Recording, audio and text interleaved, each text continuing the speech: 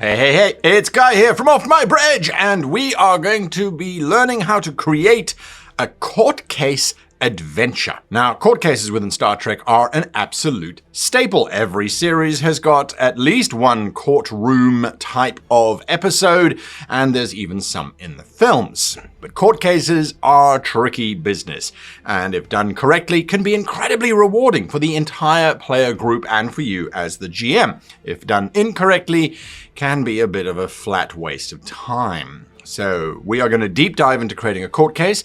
Grab your coffee or tea or Bolian tonic water or whatever it is that you drink, because this is going to be a bit of an intense episode. Now, remember, we have the 4 adventure types: thwarting, collecting, delivering, and discovering.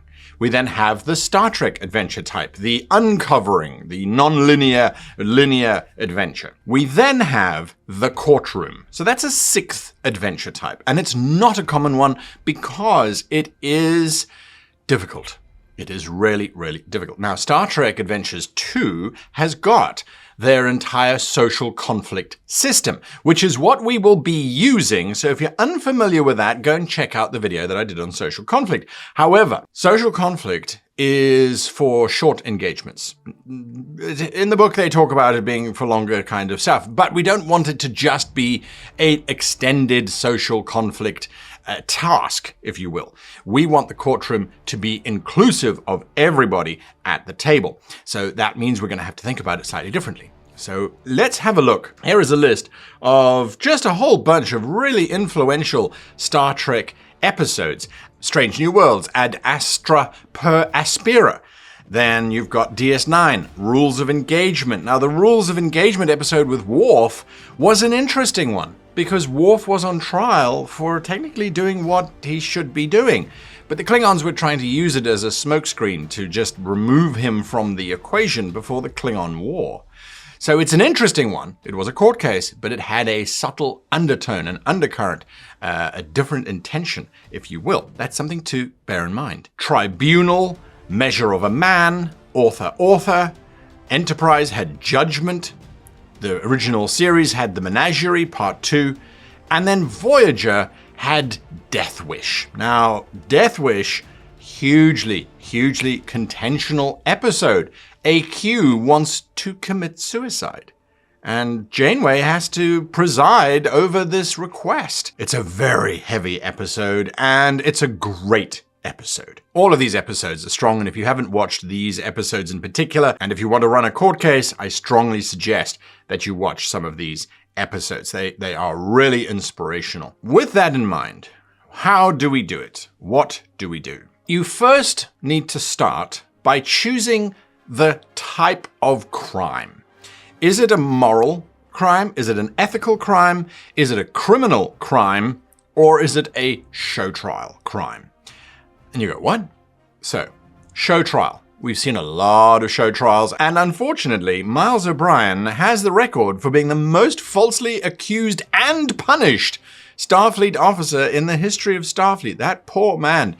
Every single species he came across tried him. Look at the Cardassian Tribunal episode, where basically he was guilty before he even knew what the crime was that he was supposedly responsible for committing. Kirk and McCoy. It was a show trial. The trial between him and the Klingon Empire after the assassination of Chancellor Gorkon. Show trials are about someone trying to manipulate the Federation crew into accepting guilt for something and then being all righteous about, oh, look at the vaunted Federation. You're not as pure as you might make yourselves out to be. How can you be? You're murderers, you're assassins, you're thieves, you're whatever.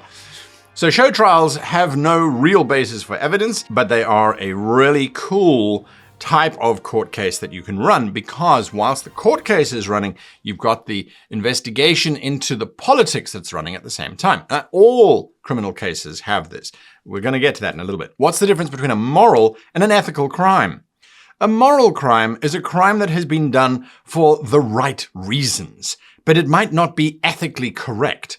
So Q's death wish in the Voyager episode, it wasn't ethically correct, but morally it was. When Worf tries to kill his brother Kurn, Is it ethically correct? No. Is it morally correct? Culturally, yes. From a cultural perspective, that's what they accepted as being absolutely fine. So it's not a crime. In the Federation, though, it would be a crime. So that's a moral crime. Then what about the actual criminal crime? I know it sounds crazy. A criminal crime, what? Well, that's where an actual crime has been committed. A murder, treason, sabotage, something along those lines. You've got to decide which one it's going to be. You also have to bear in mind that most of the time, your PCs will be innocent and falsely accused, unless they have actually committed a crime. If they have actually committed a crime, then we have a problem. Because if they've committed a crime, they are probably going to be found guilty. Unless they're really, really, really good or very, very, very amoral and unethical. So bear this in mind. Usually the PCs have been set up for a reason, and it makes it more interesting as well. On the other hand, with the new expansion that's come out with secret traits and values, it is entirely possible for a PC to have committed a crime before they arrived. That would be the case of Dr. Bashir, genetically engineered. It wasn't his choice, but certainly it was a crime according to the Federation. You choose one of these court cases, and the differences are very, very subtle. Moral and ethical. The differences are they are fighting for concepts. Now, the Federation will very seldom set a precedent. However, they will often acknowledge that there are not enough laws to count for this particular type of trial. I'm thinking about Author, where the hologram doctor is fighting for his rights to own his work. Very poignant episode, considering we now have AI running around writing novels and things. Anyway, let's not go there. So, oftentimes the courts will go, this is actually not handled by any of our law, so we can't actually make a legal decision. However, we can make certain latitudinal decisions based around this idea, and then recommend that it goes to further legislation. Moral, oftentimes, it's going to be very much on the conscience of the judges. Who is running this trial? Because moral oftentimes does actually just violate the law, but it does so in a way that maybe the law is wrong and not the action. So you've got to think about that, because you ultimately will be role-playing the judge unless it's one of the PCs. If it's one of the PCs, then you need to realize that a moral crime is something that you are going to be aiming to get as much sympathy and as much understanding from the judges as possible. Remember I said this was a heavy, heavy episode? This is Law 101, folks. If it's a criminal case, evidence must be presented. Evidence has to be presented for all of them, but in a criminal case, evidence is paramount. The murder weapon, the opportunity, all of that kind of stuff. We're going to get into that in a little bit. So criminal cases are the most straightforward. However, as I said before, PCs are probably the ones who are on trial, in which case then the evidence is being fabricated to make it look like it's them. So the evidence then needs to be found that proves that it was fabricated. Again, we're going to talk about this in a bit.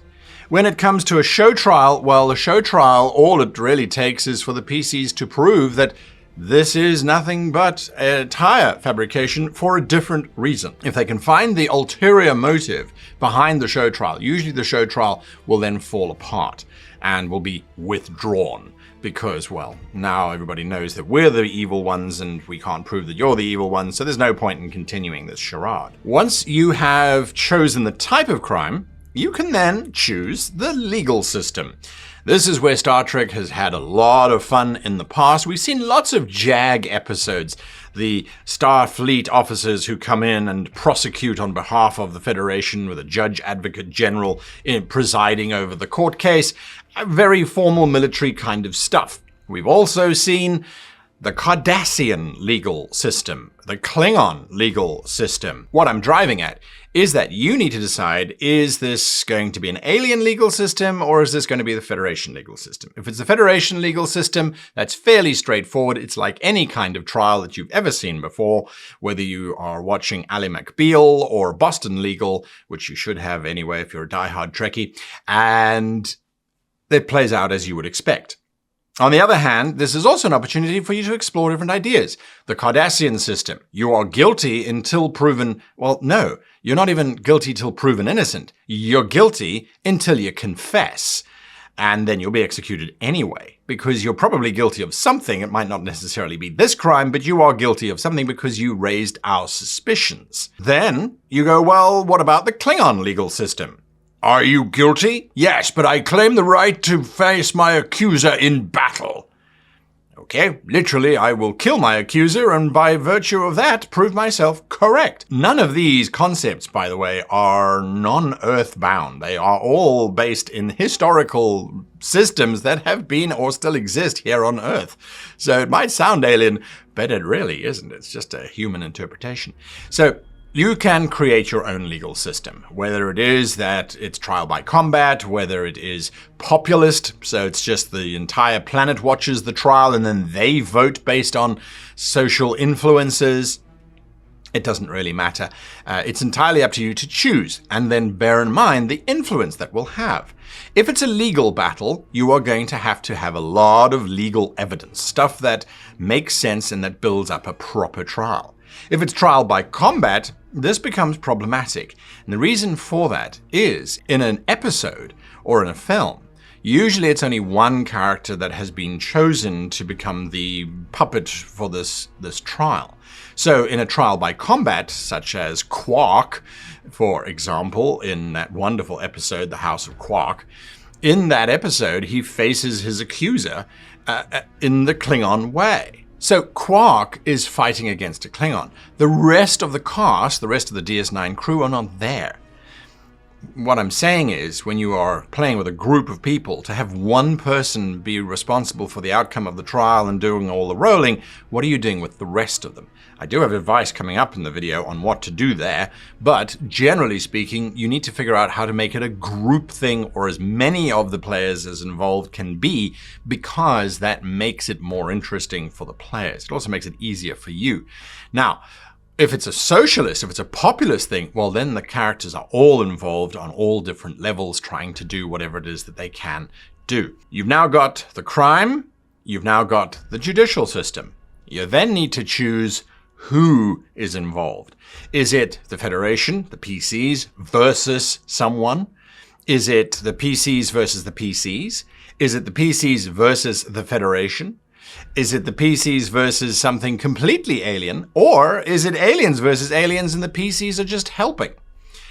There are so many different combinations that you can come up with, but each one will have slightly subtle implications. If it's the PCs versus the PCs, for example, as in Measure of a Man, where you have Riker facing off against Picard, a fascinating episode, if ever there was one, and even though that was made in the 1980s, early 90s, still very relevant today, isn't it? Anyway, here you've got PC versus PC. That can be quite fun, but ultimately, unless your players are really solid, one of them is going to lose. In the PCs versus Federation, that's a kind of standard court case, really. And it can work out very, very well. It's a good solid. And if you haven't done any kind of courtroom adventure battles before, I would thoroughly recommend going that route. PCs versus aliens is where you have your alien legal systems that you can incorporate. And, well, those could be interesting. It allows you to explore different legal systems. Make sure that if you are creating the legal system, that you do create a clear avenue for how to prove the innocence of those that are on trial, because that's really the path that the PCs will have to follow. And if it's alien versus alien and the PCs are simply mediating, well, that's pretty fun to do as well. Again, make sure that you understand the alien legal system, because the PCs will have to be manipulating it to get one alien to win over the other, and things like that. So with all of that now out of the way, that's the preparatory stuff. That is the stuff that is going to influence everything that we do forward. We can now get to actually working out what we need for this court case. You still with me? I hope so. In which case, well, Your Honor, I would argue that you need to hit that like button, because otherwise I object in any of the cases that you are putting together. there are 4 elements that you need to have in order for the case to be interesting. You need to have witnesses. You need to have physical evidence. There must be some evidence of what's going on. You needed recorded evidence. There must be some records somewhere, a paper trail, a line of communication logs. Something will be there. And then you need character evidence. And character evidence is the last one we're going to talk about because it is a little bit more complicated than normal. So, with witnesses. Here is your opportunity on how you include everybody else in these cases. So, for example, Kira Nerys has been accused of murdering someone, and the rest of the team get involved in trying to prove her innocence. Or Kirk has done something. The rest of the team get involved in trying to prove their innocence.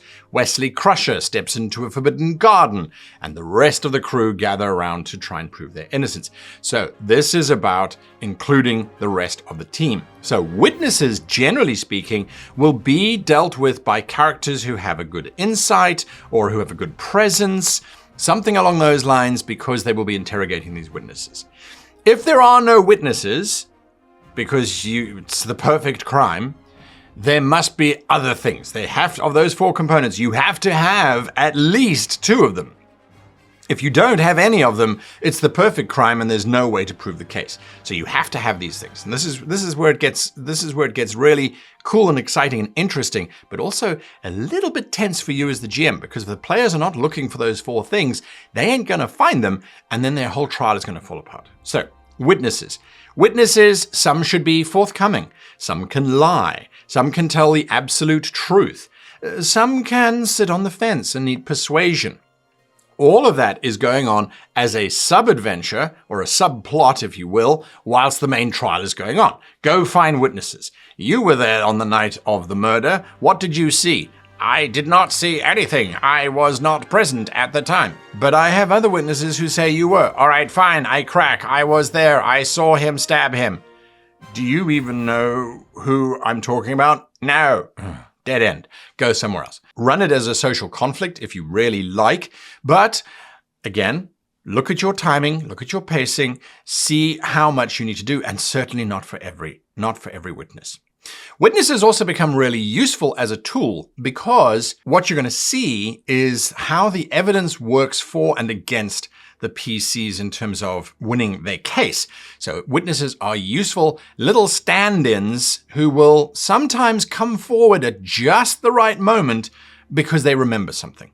So witnesses are useful. If you can figure out how to have 1 or 2 witnesses, that's absolutely perfect. This is why a courtroom case becomes a very complicated adventure to run. You literally have to write down the witnesses, what they saw, what they're willing to say, because the PCs are going to be coming and interrogating them.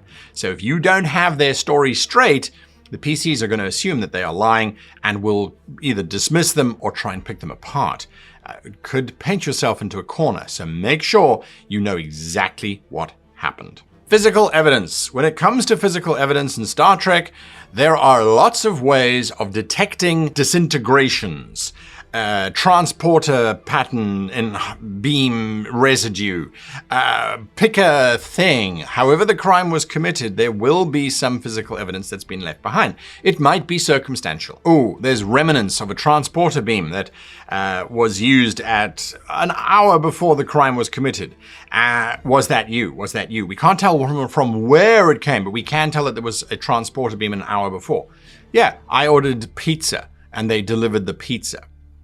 Interesting. So, physical evidence must be present. Let the player characters find some physical evidence, but again, you have to make sure that it is actually meant to be there. Don't just panic as the PCs are failing to find stuff and just throw out physical evidence because you think it'll link in. It has to logically be part of the crime.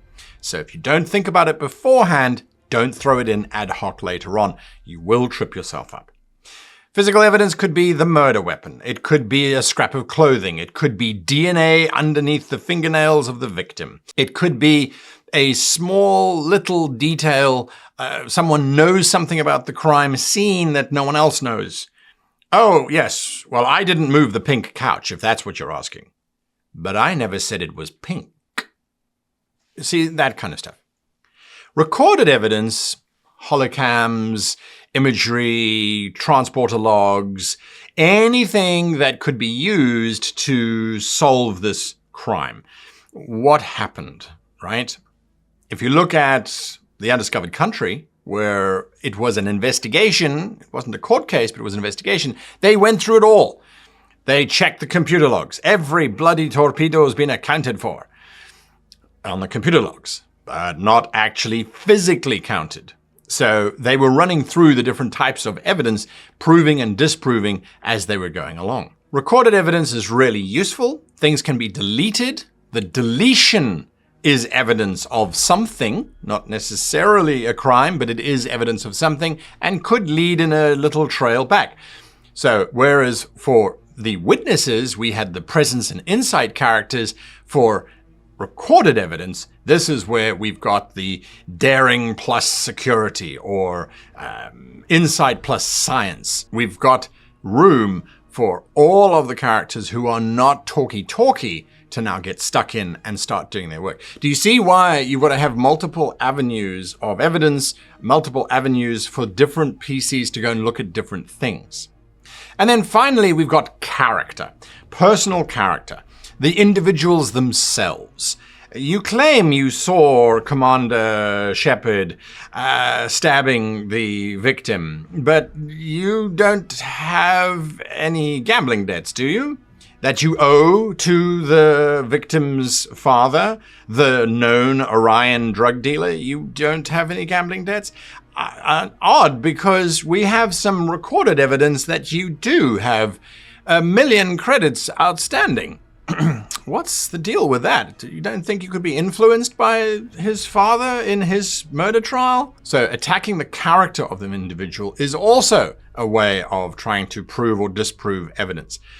So these 4 avenues allow you to then do what I strongly recommend you do for every court case, and that's to have multiple subplots going. One PC doing witnesses, one doing physical evidence, one doing the recorded evidence, one looking at characters, that's where the counselors and the doctors come in, one of them actually running the trial, one of them having something completely different, something that doesn't seem related whatsoever, a science test or whatever going on in the background. That's how Star Trek does it. You have to build up a timeline. So if you say, I'm going to have, you can roll for it, 3 witnesses, 10 witnesses, 1 witness, no witnesses. It's entirely up to you. But you have to build up a timeline of what actually happened. Not what is purported to have happened, but what actually happened. At 10 a.m., an assassin beams into the home of the Romulan senator. The assassin hides in the cupboard of the Romulan senator for 2 hours, maybe 3 hours. During that time, the assassin eats rudaberries, leaving behind just the little stalks at the tip of a rudaberry. Rudaberries only come from one planet, which is far out near the Euridian sector. Okay, interesting. And they're also toxic to most humanoids except for Euridians, Camarians, and let's say Breen. Curious. 3 hours go past, the Romulan senator arrives, the assassin steps out of the cupboard, and then using a homemade phaser, using different parts that were purchased from a merchant 3 days earlier near Euridia Prime, assassinates the Romulan senator.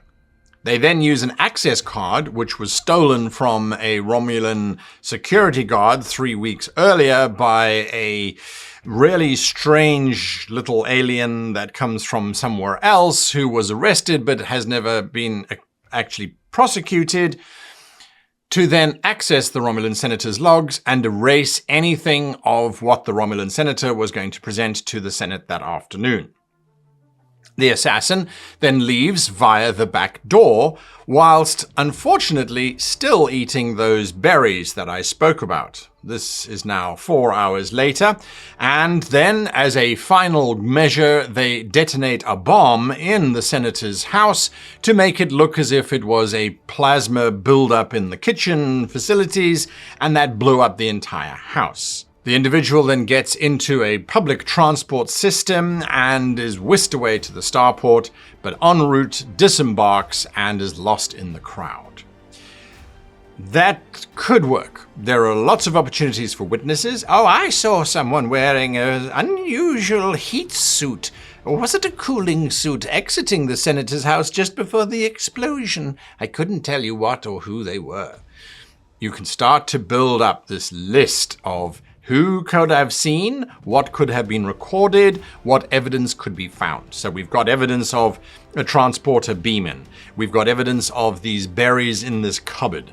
We've got evidence of computer tampering, because although they blew up the senator's console, the senator was accessing the Senate's mainframe at specific times, downloading specific files, which weren't deleted from the mainframe, they were just deleted from his home computer. There was evidence of this explosive device, which is meant to look like a plasma explosion, only it didn't make sense because the plasma technician visited just the day before. Someone else who was arrested, by the way, because, well, they had access to the plasma systems, didn't they? So there's some physical evidence, there's some recorded evidence, there's some witnesses for you. Then the PC who has been accused of this entire thing is deeply allergic to these kind of berries. Very cunning plan to leave evidence of eating these things, even if you are highly allergic to them. Right, so we've got character being built up. Who's the Romulan senator? Who are the senator's enemies? Why Eurydia is coming up, etc., etc., etc. That is absolutely what you need to do. You need to go through everything. What is the timeline? Who was potentially involved? Where did they go? Where did they come from? Who did they deal with? How did they get their information? How did they get access? What was their opportunity, their window, their means by which they were then going to execute this plan, this event, this crime, whatever it is that they're doing? All of that you have to bake into the whole thing. And then finally, the most important thing is the reason why. Why was this done? Oh, because they were Cardassian sympathizers. Oh, because they worked for the wrong Kai. Oh, because they're Vulcan, and I hate Vulcans because Vulcans logically let my planet and starve to death through non-interference policy. Whatever. You've got to find a motive. Could just be power, greed. I never liked that Gull. I think I'll have him executed. All of that has got to come into play. You've got to write all of that down. You've got to have all of that logged and planned. Like I said, it's not easy, but it is very rewarding. And why is it rewarding? Because now that you've got all of this planned out, now we get to the stage of the actual trial. Isn't it amazing? 30 minutes in, and we've only now got to how to run the actual trial. Well, the trial is very, very straightforward, in my opinion, because all of the hard work is now done. Now the PCs have to go out and find all of this evidence and discover all of this kind of stuff. The way that the trial works, in my head anyway, is that the PCs present evidence, and then whoever they're fighting against, or other PCs, then will interrogate that evidence. Now, there is no point in trying to let your players verbally argue it out. Let them make statements. Let them ask questions that they want to ask. That's great. But not everybody is a lawyer. Not everyone is going to pick up on deceptions and lies. The court case is oftentimes going to be run by a single PC. Maybe they'll have someone sitting with them helping, giving them the assist. That's fine, but there are a couple of roles that are running. When dealing with witnesses, there is always the chance that the witness is lying on the stand. If you've only got one PC involved in that court case, if they fail their, let's say, insight plus security or insight plus command check to determine that the witness is lying, they might just accept the lie and then they're going to lose the point. What do I mean by point? Well, every piece of evidence that is presented, whether it's a witness's statement or the smoking gun, both sides of the argument, both sides of the court, need to be able to interrogate it and prove it's either submissible or inadmissible, whether it is actually something that is of value or has no value. And we don't want to get bogged down in procedures and legal precedents. We don't have those. To be absolutely honest with you, we don't have those. So what we do is it becomes a social conflict between the two sides. every piece of evidence, both sides get to roll against one another. If the evidence is real, if the evidence is actually truthful, whoever presented it for their case, so the defense or the prosecution, gains a critical range increase. So there's an advantage to finding evidence. You gain a critical range increase. So you are rolling perhaps presence plus command, if this is a populist kind of thing, if it's an opinion, if it's a character thing. Your opponent rolls, whoever gets the most successes, the point sticks. And so you, as the judge or whoever's in charge of this court case, will literally just have a score sheet. 1 point to you, 1 point to you. There's no other way of doing this impartially and also allowing the player characters to build it. Think of it as an extended task, but instead of it going down, it's a tug of war going backwards and forwards. So however you want to present it to your players, you are keeping a score. So here's a witness. Let the player... So, you were present at the night of the murder. Tell us all about it. You do not have to go through 20 witnesses' statements and roleplay all 20 witnesses. Bring in the key witness. Let the players ask some of their questions to make it feel like it's a trial. And at the end of those questions, if the players have asked intelligent questions or they have managed to flummox the witness, then let them roll. Opposed. Give critical range advantage, give them a reroll, all those kinds of wonderful things that you can do to make it allow them to spend momentum. If they've got any momentum, you can spend threat to make it even more difficult. If it's a key witness who's being pressured by external forces, spend your threat to make sure that they remain quiet. The trial should be running at roughly the same time that a lot of the evidence is being gathered. Why? Because you need to include the PCs, all of the PCs. And if you can't figure out how to do it, that's not a problem. Have a subplot that has nothing to do with the court case whatsoever. It should be a weird scientific anomaly. It should be something wrong with the starship. It should be there's a strange stellar phenomenon that's happening in the nearby sector. It could even be, you know what? You need to travel to the planet for this court case, so you 2 or 3, off you go to the court case, the rest of you stay on the ship, and there's something going on the ship. Don't be afraid to use that. You've got SPCs, so make use of those SPCs. Let everybody be involved in everything that's going on, but bounce between the court case and whatever your subplot is. If everybody can be involved in the subplot, then use that. That's brilliant. Go ahead. Just make sure that everybody's got something to do and that no one kind of is just sitting there watching the court case going on. That is my advice on how to run a courtroom episode in Star Trek. Took us a while to get there, but I hope it's been useful.